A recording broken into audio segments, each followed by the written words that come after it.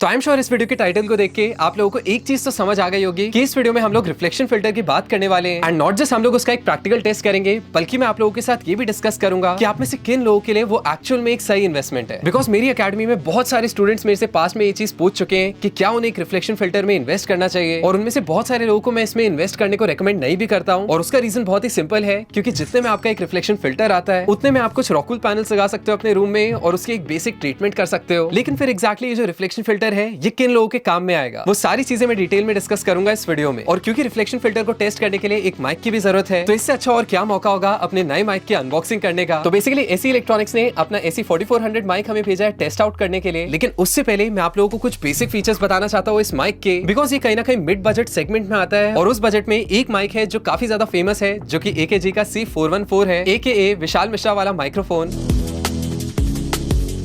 आप लोग देख सकते हैं इसको मैं ब्रीफ केस का हो या फिर फ्लाइट केस का हो, इन लोगों ने बहुत ही शानदार केस दिया है इस माइक्रोफोन के साथ, जो कि मुझे लगता है कि बहुत ज्यादा काम आएगा इनकेस अगर आप लोग ट्रैवल कर रहे हैं, बिकॉज ये बहुत ज्यादा रोबस्ट है, बहुत ज्यादा ठोस है। तो जैसे ही आप इस केस को खोलते हैं आपको एक बहुत ही खूबसूरत माइक दिखेगा, जिसका वैसे तो थोड़ा सा रेट्रो लुक है, जो कि कहीं ना कहीं इसके टेक्सचर को भी बहुत अच्छे से कॉम्प्लीमेंट करता है। इतना ही नहीं, इस माइक की जो ग्रिल है वो बहुत ही ज्यादा सॉलिड है, और एसी इलेक्ट्रॉनिक्स क्लेम करता है कि ये माइक डेंट प्रूफ है। प्लस इसका जो कैप्सूल है वो भी कहीं ना कहीं हैंडमेड है। उसके बाद आपको मिलता है कस्टम शॉक माउंट, जो कि मेरे को बहुत ही ज्यादा क्रेजी लगा, क्योंकि यूजुअल शॉक माउंट्स जो होते हैं वो कहीं ना कहीं पूरी तरफ से कवर करते हैं आपके माइक्रोफोन को, जिससे कहीं ना कहीं आप अपने माइक को बहुत ज्यादा क्लोज नहीं प्लेस कर सकते। सिर्फ फॉर एग्जांपल आप लोग इलेक्ट्रिक गिटार रिकॉर्ड कर रहे हैं और आपको अपने एम्प पे क्लोज माइकिंग करनी है, तो वहां पे थोड़ी सी दिक्कत आती है। लेकिन अगर मैं एसी 4400 की बात करूं, तो इसके शॉक माउंट की वजह से आप इसको जितना चाहे उतना क्लोज ले जा सकते हैं अपने सोर्स के, और ये कहीं ना कहीं नॉट ओनली गिटार रिकॉर्डिंग बल्कि वोकल्स को रिकॉर्ड करने में भी बहुत ज्यादा काम आने वाला है। इतना ही नहीं, इसके अंदर 4 पोलर पैटर्न्स भी है, जैसे कि आप लोग देख सकते हैं। इन लोगों ने बेसिकली 2 स्विचेस दिए हुए हैं, जिनमें से जो लेफ्ट वाला स्विच है उससे आप सिलेक्ट कर सकते हो कि आपको अपने माइक को बाय डायरेक्शन पे रखना है या फिर ओमनी डायरेक्शन पे रखना है। और अगर आप इस बटन को सेंटर में ले आते हो तो वो ऑप्शन खोल देता है 2 और पोलर पैटर्न्स का, जो कि आपको राइट हैंड साइड पे दिख रहे होंगे, जो कि है कार्डियोइड और हाइपर कार्डियोइड पोलर पैटर्न्स। उसके अलावा बाकी सारी चीजें तो बेसिक ही है इस माइक पे, जैसे कि एटेन्यूएशन का स्विच हो गया, या फिर अगर आप लोग अनवांटेड रंबल हटाना चाहते हैं अपनी रिकॉर्डिंग्स में, तो आप लो कट को यूज कर सकते हैं। तो अब प्रैक्टिकल पे जाने से पहले एक छोटा सा फन फैक्ट मैं आप लोगों के साथ शेयर करना चाहता हूँ, बिकॉज जब भी मैं किसी भी गियर को रिव्यू करता हूँ, मैं कहीं ना कहीं उसकी हिस्ट्री में घुस जाता हूँ और डिटेल में रिसर्च करता हूँ कि उस माइक का ओरिजिन क्या था, किस तरह से वो इवॉल्व हुआ। तो ये जो SC4400 माइक है ये एक्चुअल में साल 2022 में लॉन्च हुआ था, और एक्चुअल में इस माइक के 2 वर्जन्स बने थे,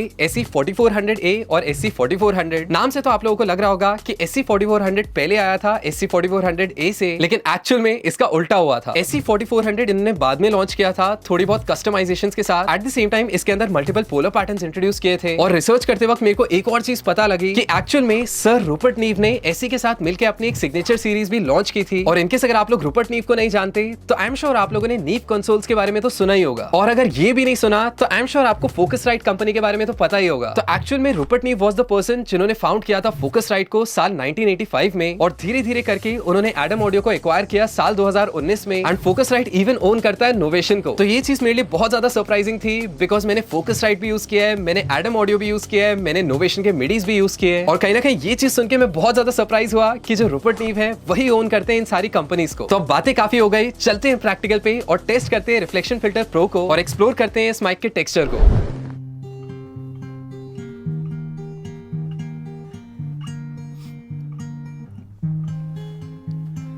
Lately I've been losing sleep, dreaming about the things that we could be.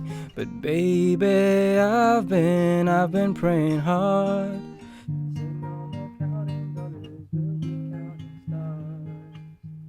Yeah, we'll be counting stars.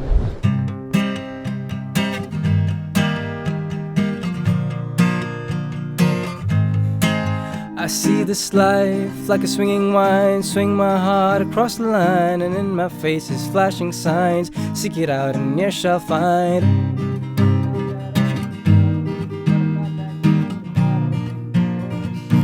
I'm just doing what we're told. I feel something so right,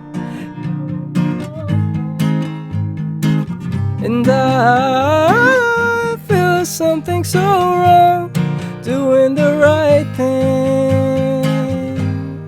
तो I am sure आप लोगों ने realise किया होगा कि reflections तो definitely reduce हुई, और कहीं ना कहीं जैसे ही मैंने रिफ्लेक्शन फिल्टर प्रो को लगाया अपने गिटार के अराउंड, तो उसका जो लीक वोकलिस्ट के माइक में जा रहा था वो बहुत ही ज्यादा रिड्यूस हो गया। स्टिल मैं आप लोगों को एक चीज कहना चाहूंगा कि जो रिफ्लेक्शन फिल्टर है इसमें ज्यादातर वही लोग इन्वेस्ट करें जो कि या तो बहुत ज्यादा ट्रैवल करते हैं, या तो वो लोग जो हेडफोन्स पे म्यूजिक प्रोड्यूस करते हैं या मिक्सिंग करते हैं और उनको सिर्फ वोकल रिकॉर्ड करने के लिए अच्छे अकूस्टिक्स चाहिए। क्योंकि लेट्स बी ऑनेस्ट, इसका जो प्राइस है वो 20-25 हजार का है, और इनकेस अगर आपका रूम बिल्कुल भी ट्रीटेड नहीं है तो आई वुड रिकमेंड कि सबसे पहले अकूस्टिक फोम्स में या रॉकवूल पैनल्स में इन्वेस्ट करें। क्योंकि अगर मैं पर्सनली अपनी बात करूं तो इवन दो मेरा स्टूडियो साउंड प्रूफ है, मेरे लिए ये बहुत अच्छी इन्वेस्टमेंट है क्योंकि मैं ट्रैवल बहुत ज्यादा करता हूं और इसको ले जाने में ज्यादा दिक्कत नहीं होगी मेरे को, चाहे मैं होटल में रिकॉर्ड करना चाहूं, चाहे मैं किसी के घर पे रिकॉर्ड करना चाहूं। बेसिकली मैं किसी भी सराउंडिंग में रिकॉर्डिंग कर सकता हूं जो कि अकूस्टिकली ट्रीटेड नहीं है, और वहां से एक प्रोफेशनल रिकॉर्डिंग निकाल सकता हूं इसकी मदद से। और अब अगर मैं माइक की बात करूं तो उसके बारे में तो क्या ही कहना, मैं हमेशा से एसी इलेक्ट्रॉनिक्स का बहुत बड़ा फैन था, और आप में से जितने लोगों ने ध्यान दिया हो, मेरे स्टूडियो में फिलहाल एक ही माइक है जिसको मैंने बाहर निकाल के रखा हुआ है और जिसको मैं रिकॉर्डिंग्स में यूज करता हूं, जो कि एसी 2200 है। मैंने नो डाउट इससे भी महंगे माइक्रोफोन्स टेस्ट आउट किए हैं, मेरे पास इनफैक्ट है भी, लेकिन मैं स्टिल इसको हमेशा प्रेफर करता हूं बिकॉज इसकी वार्मथ मेरे को बहुत अच्छी लगती है। क्योंकि आजकल के जो माइक्स हैं वो ज्यादातर आपकी साउंड को ब्राइट कर देते हैं, लेकिन एक्चुअल माइक का जो पोटेंशियल है वो दिखता है कि वो कितने अच्छे से लोस कैप्चर करता है। एंड सेम वे अगर मैं एसी 4400 की बात करूं तो नॉट ओनली इसमें मल्टीपल पोलर पैटर्न्स हैं जो कि मेरे बहुत ज्यादा काम आने वाले हैं, बल्कि इसका जो विंटेज टेक्सचर है वो मेरे को बहुत ज्यादा पसंद आया बिकॉज इसके जो हाइज हैं वो बिल्कुल भी चुभते नहीं है। एट द सेम टाइम इसकी काफी ज्यादा राउंडेड और स्मूथ टोन है। बाकी तो डेफिनेटली आप में से जिसका भी बजट अलाउ करता है, मैं 100% रेकमेंड करूंगा इस माइक में इन्वेस्ट करने को, बिकॉज मुझे कुछ गिनी चुनी कंपनीज ही पसंद है जब हम माइक्रोफोन्स की बात करते हैं, जिनमें से डेफिनेटली एसी इलेक्ट्रॉनिक्स टॉप 3 में। बाकी इनकेस अगर आप लोगों को ये वीडियो पसंद आया हो तो मेरे को नीचे कमेंट्स में बताना कि अगले कौन से गियर को मेरे को रिव्यू करना चाहिए। Happy learning. भाई ये कॉम्बिनेशन तो काफी जबरदस्त